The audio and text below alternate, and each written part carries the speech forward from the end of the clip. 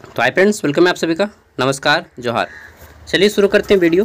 देखिए, इस वीडियो में हम लोग डिटेल डिस्कशन करेंगे geography honours BA semester 2 major paper 2 के बारे में। ठीक है, बीए सेमेस्टर 2 मेजर पेपर 2, और इसमें आपको पढ़ना है फिजिकल ज्योग्राफी। तो फिजिकल ज्योग्राफी का जिनका भी क्वेश्चंस मतलब सिलेबस है, जैसे कि कुछ यूनिवर्सिटीज़ का मैं नाम जानता हूँ, जैसे रांची यूनिवर्सिटी हो गया, एनपीयू हो गया। इसके अलावा भी जिन जिन यूनिवर्सिटीज़ में फिजिकल ज्योग्राफी पढ़ना है उन सभी के काम में आएगा यह नोट्स या डिजिटल गेस्ट पेपर। ठीक है, इसमें मैं क्या क्या दूंगा, तो इसमें मैं आपको दे रहा हूँ previous year question paper plus notes. अगर आप ये कंप्लीट कर लेते हैं इतना, तो मैं गारंटी देता हूँ कि आपके एग्ज़ाम में क्वेश्चन नहीं छूटेंगे, एक भी क्वेश्चन एक छूट जाएगा यार मतलब इतना है कि आपके एग्ज़ाम से यहाँ पे चार क्वेश्चन डेफिनेटली मैच करेगा 15 मार्क्स वाले। 6 क्वेश्चन आता है ना, 6 में 4 मैच करेगा यहाँ से, पक्का पक्का यार। और इसका प्राइस कितना है? 0 प्राइस है भाई, फ्री है। पढ़ाई को मैं पैसे से नहीं तोलता हूँ। ठीक है, तो सबसे पहले आपको यहाँ पे देखिए गेस्ट पेपर मिल रहा है। ठीक है, क्वेश्चन आपका हिंदी इंग्लिश दोनों में रहेगा और आंसर केवल और केवल हिंदी में रहेगा। ठीक है, और इसका पीडीएफ का एक्सेस भी मैं दे दूंगा। पहले मैं दिखा देता हूँ। इसमें टोटल आपके 15 क्वेश्चन है, 15 इंपॉर्टेंट क्वेश्चन है। ठीक है, जो आपके एग्जाम में डेफिनेटली मैच करेगा। और उसके बाद यहाँ से क्वेश्चन पेपर शुरू होता है जो पिछले साल का है। ठीक है, ये question paper Ranchi university Marwari college का क्वेश्चन पेपर है। ठीक है, क्योंकि मरवाड़ी कॉलेज एक ऑटोनॉमस कॉलेज है जिसका एग्ज़ाम पहले ही हो जाता है और उसके बाद रांची यूनिवर्सिटी का होता है। तो यहाँ पे क्वेश्चन पेपर दिया गया है, आप देख सकते हैं किस टाइप के क्वेश्चन आए हैं। मैंने ऑलरेडी इसका आपको एक वीडियो दे रखा है, फिर भी मैं इसका गेस्ट पेपर के साथ मर्ज करके देता हूँ। ठीक है, सब कुछ फ्री में। तो जो लोग गेस्ट पेपर नहीं खरीदते हैं उनके लिए अच्छी बात है। और ये कब काम देगा? पूरा ग्रेजुएशन जब भी आप पढ़ाई कर रहे हो, अगर आपका टॉपिक ये है तो काम देगा। चलिए देखते हैं। देखिए, वैसे तो मैं अभी चाहूँ तो पूरा क्लास डिटेल में ले सकता हूँ। ठीक है, बट लिया भी है कई बार, लेकिन अभी कुछ प्रॉब्लम है। ठीक है, इस कारण मैं अभी नहीं ले रहा हूँ। चलिए फिर भी कोशिश करता हूँ। पहला है क्वेश्चन हमारा, प्राकृतिक और भू आकृति विज्ञान के अध्ययन का दायरा क्या है। अच्छा, सिलेबस को भी मैं इंक्लूड कर देता हूँ यहाँ पे। ठीक है, कुछ चीज़ें मैं आपको बता देता हूँ। ठीक है, ये जान के आपको भी अच्छा लगेगा। और देखिए, ये जो आपका सिलेबस है मेजर पेपर 2, इसमें आपको पढ़ना क्या है, स्पेशली आरयू एंड एनपीयू वालों को। तो देखिए, यहाँ पे पढ़ना है आपको है फिजिकल ज्योग्राफी। ठीक है, फिजिकल ज्योग्राफी यहाँ पे आपका टॉपिक का नाम लिखा है मेजर पेपर 2 में। और साथ में देखिए, यहाँ पे आपके टोटल 5 को यूनिट पढ़ना है, ये 5 यूनिट्स। ठीक है, 5 यूनिट्स आपको पढ़ने होते हैं। ये मेजर पेपर 2 है। जबकि मेजर पेपर जो 3 है आपका, यहाँ पे देखिए ये प्रैक्टिकल एग्जाम होगा। यहाँ पे लिख दिया गया है मेजर पेपर 3। ठीक है, प्रैक्टिकल्स 1। ठीक है, तो प्रैक्टिकल है आपका मेजर पेपर 3 कार्डियोग्राफिक टेक्निक्स के बारे में। और यहाँ पे देखिए ये जो आपका होगा, ये 5 यूनिट इसमें भी आपको पढ़ना है। ठीक है, तो दोनों का सिलेबस एक ही साथ दे दिया ताकि अलग अलग वीडियो ना बनाना पड़े। और चलिए अब हम लोग क्वेश्चन आंसर करते हैं। देखिए, आप बोलिएगा इतना सब कुछ फ्री में, कुछ माजरा है क्या? नहीं, कुछ माजरा नहीं है। मैं वीडियो के जब आपका इसी पेपर का एग्ज़ाम होगा उस टाइम पे मैं 10 रुपया लूँगा, ज़्यादा नहीं, बस 10 रुपया। वो भी आपके मन में इच्छा होगा तो दीजिएगा, स्कैनर दे दूँगा। ठीक है, अभी फ्री में पढ़िए, सब कुछ फ्री में। चलिए, तो हमारा पहला क्वेश्चन है यहाँ पे प्रकृति और प्राकृतिक होगा, सॉरी। ठीक है, नेचुरल होगा, प्राकृतिक और भू आकृति विज्ञान के अध्ययन का दायरा क्या है। इंग्लिश में कि what is the scope of study of natural होगा, नेचर का हो गया है, नेचुरल एंड जियोमॉर्फोलॉजी। ठीक है, तो देखिए प्रकृति मतलब क्या है, जो ईश्वर के द्वारा बनाया गया है। ठीक है, और भू आकृति विज्ञान जो भूमि का विज्ञान है, जिसको हम लोग जियोलॉजी के नाम से भी जानते हैं। ठीक है, तो भू आकृति विज्ञान पृथ्वी की सतह की भू आकृतियों और उन्हें आकार देने वाली प्रक्रियाओं का अध्ययन है। ठीक है, जिससे हमारी पृथ्वी बनी है, उन सभी चीज़ों का अध्ययन भू आकृति में आ जाता है। यह वैज्ञानिक क्षेत्र है जो भू आकृतियों की संरचना यानी कि स्ट्रक्चर, उसका डेवलपमेंट, उसका हिस्ट्री, ठीक है, इन सभी का स्टडी किया जाता है इसमें। इसके अध्ययन का दायरा बहुत व्यापक है, बहुत डिटेल है।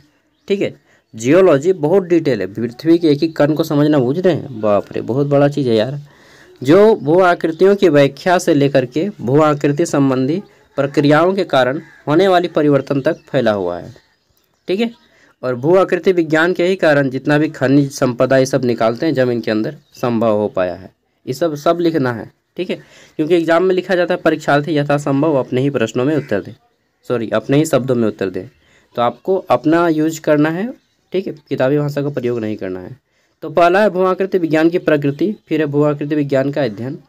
देखिए, भू आकृति विज्ञान भू आकृतियों जैसे कि पहाड़, घाटी, मैदान, पठार व अन्य सतहों का अध्ययन है जिससे हमारी पृथ्वी मिलकर बनी है, ठीक है। समस्त चीज जो पृथ्वी मिलकर बनी है उसका अध्ययन ही भू आकृति विज्ञान है, इस तरह से कर सकते हैं, ठीक है। मैं ज़्यादा डिटेल में नहीं जाऊँगा, डिटेल में आपको खुद पढ़ना होगा, मैं बस क्वेश्चन दिखा दे रहा हूँ और एक सरसरी निगाह आपको मार दे रहा हूँ, ठीक है। दूसरा है सौरमंडल की उत्पत्ति कैसे हुई। तो देखिए, सबको सौरमंडल के बारे में बचपन में पढ़े होंगे क्लास 8 में, सोलर सिस्टम, जिसमें हम लोग पढ़े थे सूर्य ना केंद्र है, बाकी 8 ग्रह हैं, 8 प्लैनेट्स हैं। तो वही सब आपको पढ़ना है कि सौरमंडल जिसे हमारा सूर्य और इसके आसपास के ग्रह, ठीक है, चंद्रमा, क्षुद्र ग्रह, धूमकेतु व अन्य छोटे पिंड मिलकर शामिल होते हैं। लगभग 4.6 अरब साल पहले बना था हमारा सौरमंडल। यह विशाल आणविक बादल के ढकने से शुरू हुआ जो मुख्य रूप से हाइड्रोजन और हीलियम गैस से मिलकर बना है, ठीक है। पूरा ब्रह्मांड जो है 2 गैसों से मिलकर बना है, हाइड्रोजन और हीलियम। इवन सूर्य भी, हमारा जो सूर्य है वह हाइड्रोजन और हीलियम गैस का मिश्रण से बना है, ठीक है। तो विश्व में सबसे ज़्यादा कौन सी गैस पाई जाती है पूरे ब्रह्मांड में? Hydrogen gas. ये एक हमारा क्वेश्चन है, ठीक है। देखिए, सौरमंडल की उत्पत्ति की कहानी बहुत डिटेल में है और फिर सूर्य बता दीजिएगा कि सौरमंडल का पिता कहा जाता है सूर्य को, ठीक है। क्यों? क्योंकि सूर्य जो है बीच बीच में स्थित है, ठीक है। नेक्स्ट है हमारा 1 मिनट, पहला दूसरा के बाद डायरेक्ट छठा क्वेश्चन। अरे भाई सॉरी, ये पॉइंट जो है ना यहाँ पे तीसरा प्रश्न होगा, तो तीसरे प्रश्न की जगह पे यहाँ पे पॉइंट नंबर 6 लिखा गया ना, ये हमारा तीसरा प्रश्न है, ठीक है। तीसरा प्रश्न है पृथ्वी की आंतरिक संरचना क्या है या कैसी है, ठीक है। तो आपको मालूम है कि हमारे जो अर्थ है वह कई स्ट्रक्चर से मिलकर बनी है, जिसमें सबसे पहला स्तर होता है भूपट्टी। पृथ्वी की सबसे ऊपरी संरचना को भूपट्टी बोलते हैं या भूपरत, इंग्लिश में क्रस्ट बोलते हैं, ठीक है। पृथ्वी की आंतरिक संरचना को मुख्य रूप से 3 भागों में बांटा गया है। कितना? 3 लेयर्स में। पहला है आपका मेंटल, दूसरा है पहला होगा क्रस्ट, दूसरा होगा मेंटल और तीसरा होगा क्रोड, ठीक है। क्रोड जो है सबसे निचला भाग है। कुछ इस तरह से हमारी पृथ्वी का स्ट्रक्चर है। ये हमारा क्रोड हो गया, ये हो गया हमारा मेंटल और ये हो गया हमारा क्रस्ट, ठीक है। क्या क्या पाया जाता है इसमें? तो इसमें हमारा पाया जाता है सियाल मतलब सिलिकॉन और एल्युमिनियम की अधिकता पाई जाती है हमारे क्रस्ट में। फिर पाया जाता है सीमा, ठीक है, सीमा मतलब सिलिकॉन और मैग्नीशियम होता है, ठीक है, मैग्नीशियम। और फिर पाया जाता है नीफे, NiFe मतलब निकेल और लोहा, फेरम, ठीक है। ये 2 चीज़ पाया जाता है आपका कोर में, और इसी कोर से मैग्मा निकलता है, लावा, जो कभी कभी विस्फोट होता है ज्वालामुखी के रूप में, ठीक है। तो प्रत्येक परत में आपको अलग अलग रासायनिक गुण सभी देखने को मिलती है। और जब भी ये क्वेश्चन आए तो आपको क्या बनाना है, एक पेन पेंसिल ले जाना है आपको ज्योग्राफी में क्लास में, और आपको स्ट्रक्चर बना के डिस्क्राइब करना है, ठीक है। I am not a student of geography, but मैंने 12th बहुत अच्छे से पढ़ाई किया है ज्योग्राफी को तो मुझे थोड़ा थोड़ा नॉलेज है भाई, आप लोग से तो कम ही होगा। चलिए अगला है 7 नंबर, टेक्टोनिक प्लेट कितने प्रकार की होती है ये बताने हैं, ठीक है। तो आपको मालूम है कि हमारी पृथ्वी के सतह के अंदर, ठीक है, टेक्टोनिक प्लेटें बनी हैं जो निरंतर गति करती रहती है, और जब ये आपस में टकरा जाती हैं तो फिर हमारा भूकंप भी उत्पन्न होता है, ठीक है। और ये प्लेटें टेक्टोनिक प्लेटें हैं, ठीक है। इसमें हमारे मेजर प्लेट मतलब कि बड़े बड़े प्लेट भी है और माइनर प्लेट भी हैं, जैसे कि आपका मेजर और माइनर पेपर होता है ना, तो प्लेट भी मेजर और माइनर होता है। आई थिंक 6 या 8 को मेजर प्लेट है, ठीक है, और कितना जो माइनर प्लेट है 27 को कई को, ठीक है। तो मेजर और माइनर प्लेट दोनों टेक्टोनिक प्लेट में आती हैं, जब आपस में टकराती हैं तो फिर भूकंप होता है, ठीक है। तो यहाँ पे बोला गया है कि प्लेटोनिक्स का सिद्धांत बताता है कि कैसे प्लेटें एक दूसरे के सापेक्ष गति करती हैं, जिससे भूकंप, ज्वालामुखी, ठीक है, पर्वत श्रृंखलाओं का निर्माण होता है, और तह दोष की सतह की चट्टानों के रूप में इनकी गति होती है, ठीक है। तो ये सारी चीज़ें पढ़नी है यहाँ पे आपको। हमारा अगला प्रश्न है, ठीक है। तो देखिए हमने जो है वहाँ पे क्वेश्चन नंबर 3 की जगह पे 6 आ गए थे, मतलब 3 को क्वेश्चन स्किप कर दिए थे, 3, 4, 5, ठीक है। तो ये अगर 8वां क्वेश्चन है तो यहाँ पे 3 माइनस कर दीजिएगा, यानी कि 5। ठीक है, तो टोटल 13 क्वेश्चन है, 15 क्वेश्चन नहीं है, मतलब मिस प्रिंट हो गया यार 13 ही क्वेश्चन है। चलिए, ज़्यादा पढ़ना नहीं होगा आपको। अगला है भूकंप और ज्वालामुखी में क्या अंतर है। ठीक है, भूकंप को इंग्लिश में बोला जाता है अर्थक्वेक और ज्वालामुखी को बोला जाता है वोल्केनो। ठीक है, देखिए इंग्लिश को मैंने ट्रांसलेट करने में हो सकता है प्रॉब्लम हो, बट क्योंकि मैं इंग्लिश को खुद से ट्रांसलेट किया हूँ तो कहीं कहीं दिक्कत भी हो सकता है। ठीक है, बाकी मैं मूल रूप से हिंदी में इसको टाइप किया था। तो देखिए, सबको मालूम है कि भूकंप क्या है, कि पृथ्वी के आंतरिक जो टेक्टोनिक प्लेटें हैं जब आपस में टकराती हैं गति करते वक्त, तो पृथ्वी के ऊपरी सतह पर हलचल होता है, उसी को भूकंप कहा जाता है। ठीक है, इसकी जो हम लोग भूकंप की तीव्रता मापते हैं वह भूकंप मापी, जिसको रिक्टर पैमाना इंग्लिश में कहा जाता है, भूकंप मापी या भूकंप लेखी। ठीक है, इंग्लिश में रेक्टर स्केल बोला जाता है, उससे मापा जाता है। पी वेव्स, एल वेव्स और एस वेव्स करके मेजर किया जाता है। जबकि वोल्केनो क्या होता है कि ज्वालामुखी एक ऐसे स्थान जहां पृथ्वी के अंदर पिघला हुआ मैग्मा, यानी कि जो लावा होता है, गर्म लावा, वह ऊपर की ओर निकल जाता है। ठीक है, और वहाँ के आसपास के जितने भी क्षेत्र होते हैं उसमें फैल जाता है, पहाड़ की तरह बन जाता है, उसको ज्वालामुखी बोलते हैं। ठीक है, अंदर से गर्म एकदम आग की तरह लावा निकलता है, उसी को ज्वालामुखी बोलते हैं। सबको मालूम है। बस देखिए, मैं रिमाइंड करा रहा हूँ कि क्या क्या आपको पढ़ना है एग्जाम में। अगला है समुद्र तल स्थलाकृति की प्रमुख विशेषताएं बताइए। ठीक है, तो समुद्र तल स्थलाकृति में क्या क्या होता है समुद्र के तल में। ठीक है, समुद्र तल स्थलाकृति की प्रमुख विशेषताएं महाद्वीपीय शेल्फ है, फिर महाद्वीपीय ढलान है, महाद्वीपीय उत्थान आता है। ठीक है, मैदान भी आता है और पहाड़ियाँ भी आती हैं, और मध्य महासागर जिसमें कटक, समुद्री पहाड़ियाँ, गहरी महासागर खाइयाँ और ज्वालामुखी द्वीप भी आते हैं इसमें। ठीक है, तो इन सब के बारे में आपको बताना है। अगला है हमारा प्रवाल भित्ति। देखिए, प्रवाल भित्ति क्या होता है ये मैं आपको अपने शब्दों में बताता हूँ। समुद्र के अंदर बहुत सारे जीव रहते हैं। ठीक है, और उन जीवों के कंकाल जब कभी कभी भूकंप वगैरह होता है या कुछ ज्वालामुखी टाइप से होता है तो उनके कंकाल बन जाता है, और कंकाल जो है एक चट्टान की तरह बन जाता है। ठीक है, तो समुद्री जीवों के कंकाल से बने हुए चट्टान को प्रवाल भित्ति कहा जाता है। ठीक है, तो हमारा भारत में लक्षद्वीप जो है, लक्षद्वीप, ठीक है, जिसकी राजधानी कवरत्ती है ना, लक्षद्वीप में प्रवाल भित्ति बना हुआ है। प्रवाल भित्ति लक्षद्वीप में बना हुआ है। ठीक है, और प्रवाल भित्ति के ऊपर ही पूरा का पूरा लक्षद्वीप बसा हुआ है। ठीक है, मतलब वह जो कंकालों पर टिका हुआ टापू है। प्रवाल भित्ति प्रवाल लॉप्स द्वारा निर्मित होती है, जो अपने शरीर के नीचे कैल्शियम कार्बोनेट की परत स्रावित करते हैं। प्रवाल भित्ति मुख्य रूप से 3 प्रकार की होती हैं, ये आपको फिर पढ़ लेना है नीचे डिटेल में। ठीक है, 11वां हमारा जो प्रश्न है इसमें पूछा गया है कि निक्षेपण द्वारा तटीय स्थल रूप कैसे विकसित होते हैं। देखिए, अपर्दन होता है, ठीक है, इरोजन होता है, तो फिर हमारा क्या होता है, अपर्दन, परिवहन और निक्षेपण, 3 चीज़ होता है। निक्षेपण, अपर्दन, देखिए अपर्दन क्या है, मिट्टी का कटाव यहाँ से हो गया, इसको हम अपर्दन बोलेंगे। ये यहाँ से यहाँ तक बह के आया, इसको परिवहन बोलेंगे। ये मिट्टी किसी के भी माध्यम से, मान लीजिए ये समुद्र के माध्यम से, समुद्र के नहीं, नदी के माध्यम से यहाँ से मिट्टी कटा, ठीक है, और ये समुद्र नदी के माध्यम से यहाँ पे बह के जा रहा है, इसको बह जो रहा है इसको बोलेंगे परिवहन, और यहाँ पे आके जमा हो गया मिट्टी, तो इसको क्या बोलेंगे, निक्षेपण। समझ गए, मिट्टी का कटना हुआ अपर्दन, बह के यहाँ से यहाँ तक गया, इसको बोलेंगे परिवहन, और यहाँ पे जाके जो जमा हो गया इसको बोलेंगे हम लोग, क्या बोलेंगे, निक्षेपण। समझ गए बात को। अब आपको प्रैक्टिकली यहाँ पे कर लेना है। निक्षेपण के माध्यम से तटीय स्थल रूप विकसित होते हैं। जब समुद्र और जो मिट्टी जमा होगा तो फिर क्या बनेगा, तट बन जाएगा। तट मतलब समुद्र के किनारे जो तट बनता है, ठीक है, रेत का, कंकड़ का, वह तट बन जाता है। ठीक है, तो ये आपको पढ़ लेना है।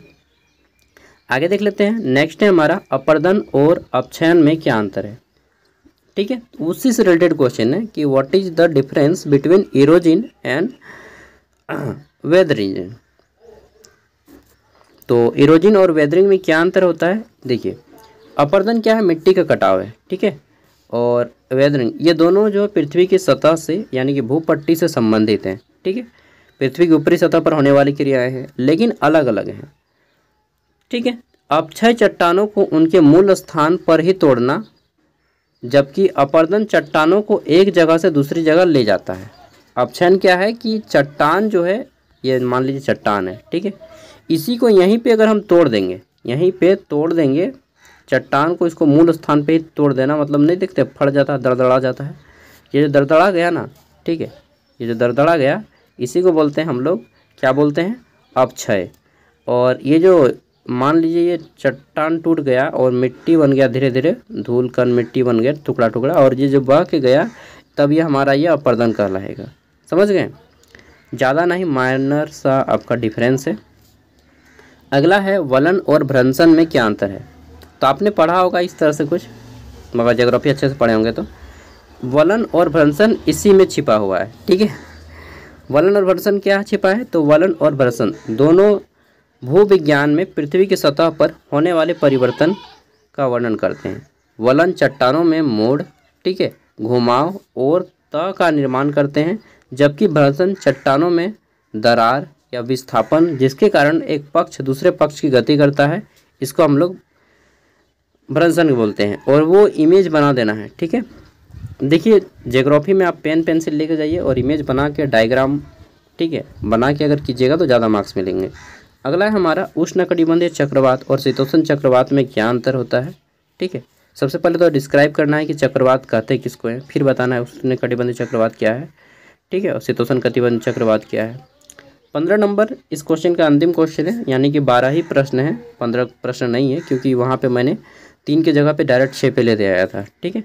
तो वायुमंडल के संगठन एवं संरचना के बारे में बताना है कि हमारा जो वायुमंडल है इसमें 78% नाइट्रोजन से मिलकर बना है, ठीक है, 21% ऑक्सीजन है, 0.03% क्या है, कार्बन डाइऑक्साइड गैस है, उसके बाद ऑर्गन गैस है, ठीक है। बहुत सारे गैसों से मिलके हमारा वायुमंडल बना है। वायुमंडल कहते हैं किसको हैं, तो हमारे पृथ्वी के चारों ओर घिरी हुई वायु के परत को वायुमंडल कहते हैं, ठीक है। हमारे पृथ्वी के चारों ओर घिरी हुई वायु की परत को वायुमंडल कहा जाता है। बस इतना समझ गए ना। अब बताइए कि हमारा जो वायुमंडल है यह 5 भागों में बटा हुआ है। पहला है क्षोभ मंडल, ठीक है, जिसमें सभी मौसमी घटनाएं होती हैं, जैसे बादल का गरजना, पानी का बरसना, ये सभी क्षोभ मंडल में ही होता है। नेक्स्ट आता है समताप मंडल। यही समताप मंडल में हवाई जहाज चलता है, जिसका तापमान टेम्परेचर इक्वल रहता है, समान रहता है, ठीक है। बादलों से ऊपर चाहिएगा, बादलों से ऊपर चलो ले चले तुम्हें तारों के शहर में कोई है ही नहीं तो किसको ले जाएंगे यार, अकेले जाएंगे, चलिए रास्ता में ही मिल जाएगा कोई। तो ये हो गया समताप मंडल, क्षोभ मंडल, समताप मंडल। उसके बाद आता है मध्य मंडल, ठीक है, मध्य मंडल मेजोस्फीयर इसको जिसको बोलते हैं, ठीक है। उसके बाद आता है हमारा ताप मंडल या आयन मंडल, ठीक है। आयन मंडल में ही सारे सैटेलाइट्स को रखा जाता है। सैटेलाइट का नाम सुने हैं जी, जिससे अपने घर में टीवी देखते हैं, मोबाइल चला रहे हैं, अभी जो मोबाइल चला रहे हैं ना वो सैटेलाइट से है, वो आयन मंडल में है। उसके बाद आ जाता है एक्सोस्फीयर, जिसको हम लोग बहिर्मंडल बोलते हैं। बहिर मतलब होता है बहिरा, गाँव घर में, लेकिन यहाँ पे बहिर मतलब होता है बाहर निकलना, ठीक है। इस तरह से बताना है आपको, और मैं तो केवल आपको टाइम वेस्ट कर रहा हूँ। और यहाँ पे जो टाइम वेस्ट कीजिएगा मेरे साथ 15 मिनट 20 मिनट जितना भी आप टाइम वेस्ट कर रहे हैं, ठीक है, ये टाइम वेस्ट आपका एग्जाम में काम दे देगा। अब देखिए क्वेश्चन किस टाइप से आ रहा है। क्वेश्चन है वायुमंडल ये परत जिसमें अधिकांश मौसमी घटनाएँ होती हैं, किस में होती हैं, अभी मैंने बताया है। मौसमी घटनाएँ होती हैं आपका किसमें, क्षोभ मंडल में, ठीक है। क्वेश्चन आया ना, पूछ लेता कि हवाई जहाज किस मंडल में चलता है, तब हमारा आंसर होता समताप मंडल। अगर पूछता कि क्या बोलते हैं यार, क्या पूछता सैटेलाइट किस मंडल में रहता है, तब होता है हमारा ताप मंडल, ठीक है। यहाँ से तापमान हमारा क्या हो जाता है, तो तापमान ठंडा होना शुरू हो जाता है, ठीक है। अगला हमारा प्रश्न है चंद्रमा और सूर्य के आकर्षण बल के कारण किस प्रकार की गति होती है। तो चंद्रमा और सूर्य के आकर्षण बल के कारण हमारा गति जो होती है उसको हम लोग टाइड बोलते हैं। ज्वार भाटा का नाम सुने हैं ना, इस तरह से पानी के ऊपर उठना और गिरना, ज्वार भाटा, हाँ वही वाला। अगला है हमारा किस प्रकार के अपक्षय जल के बारे में जमने और पिघलने के कारण होती है, ठीक है। तो किस प्रकार का अपक्षय होता है जल के जमने और पिघलने के कारण, यांत्रिक अपक्षय, जैविक अपक्षय या इनमें से कोई नहीं। तो देखिए यांत्रिक अपक्षय होगा, जल के जमने और पिघलने के कारण यांत्रिक अपक्षय होता है, ठीक है, मैकेनिकल वेदरिंग होता है। अगला है वायु के बहने के कारण क्या है। तो वायु क्यों बहती है, तो देखिए वायु जो बहती है हमारा, वायुमंडल में दबाव का अंतर होता है, एटमॉस्फेयर में प्रेशर कहीं पे कम कहीं पे ज़्यादा होता है, जिसके कारण हमारा वायुमंडलीय में हवा बहती है। अल नीनो की घटना किस कारण होती है? ठीक है, तो अल नीनो की जो घटना है, प्रशांत महासागर में समुद्र सतह का तापमान अचानक बदल जाता है, जिसके कारण अल नीनो होती है। ठीक है, ये 5 मार्क्स वाले क्वेश्चन है। और कुछ चीज़ें बता देता हूँ, जैसे कि 5 मार्क्स वाले क्वेश्चन का आंसर करना है आपको 100 से 150 शब्दों के बीच में। ओके गुरु, समझ गए ना बॉस? और 15 मार्क्स का कितना में कीजिएगा? लिखना बहुत मुश्किल लगता है ना एग्जाम में, और नहीं लिखेगा तो मिलेगा नहीं। तो 15 मार्क्स वाले प्रश्नों का आंसर करना है किन्हीं 4, और इसमें से कीजिएगा आपको प्रत्येक का आंसर 500 शब्दों से कम नहीं कीजिएगा, उससे ज़्यादा ही कीजिएगा। ठीक है, और इससे कम कीजिएगा तो फिर हो जाएगा क्या हो जाएगा, राम नाम सत्य है मतलब फेल हो जाइएगा। फेल नहीं होइएगा, देखिए मैं बता देता हूँ एक्चुअल में क्या होता है। यूनिवर्सिटी जो काम करती है वो इस टाइप पे काम करती है कि एक पेज जो है, एक खड़ा पन्ना, इसमें 2 पेज होते हैं, एक साइड इधर एक साइड इधर। ठीक है, उन लोग जो जनरली मार्क्स बैठाता है वो इस टाइप से बैठाता है, 2 मार्क्स इधर 2 मार्क्स इधर। मतलब एक खड़ा पन्ना में कोई कैंडिडेट दोनों साइड लिखा है तो उसको 2-2 मार्क्स करके 4 मार्क्स दिया जाता है।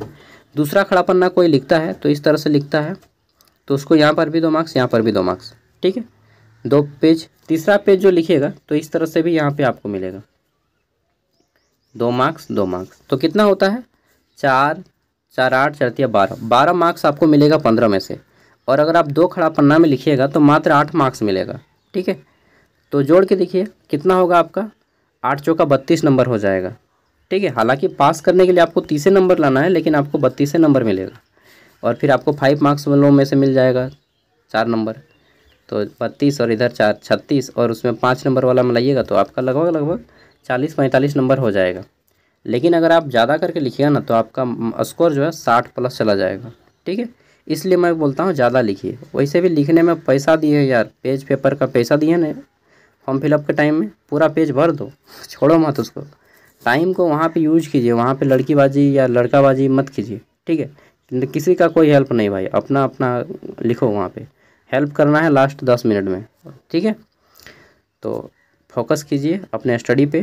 थैंक यू, मिलते हैं नेक्स्ट वीडियो में। वीडियो पसंद आए तो लाइक कीजिएगा, ना पसंद आए तो डिसलाइक कीजिएगा।